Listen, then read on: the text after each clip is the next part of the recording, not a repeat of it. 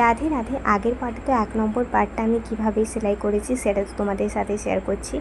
আর এটা হচ্ছে মানে 2 নম্বর পার্টটার সাথে আমি কিভাবে 1 নম্বর পার্টটা সেলাই করি সেটা এখন শেয়ার করছি। আর এটা হচ্ছে আন্ডারগ্রাউন্ড ফিনিশিং সহ, এই যে সেলাইয়ের কোনো মুখ বাইরে দেখা যাবে না সেইভাবে।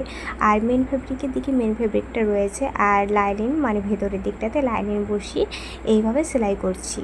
তো সুন্দর করে তোমরা একটু ভালোভাবে লক্ষ্য করলে আশা করি তোমরা বুঝতে পারবে। আর এখানে আমার সেলাই করা হয়ে গেছে।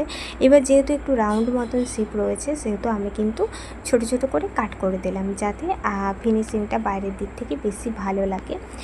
তো এইবার দেখো আমি সুন্দর করে সেট করে নিলাম। এবার ব্লাউজের যে ফাইনাল লেন্থ সেটাতে একটা দাগ দিয়ে দিলাম। এবার এই লেন্থ বরাবর একটা সোজা মার্কিং করে দিলাম।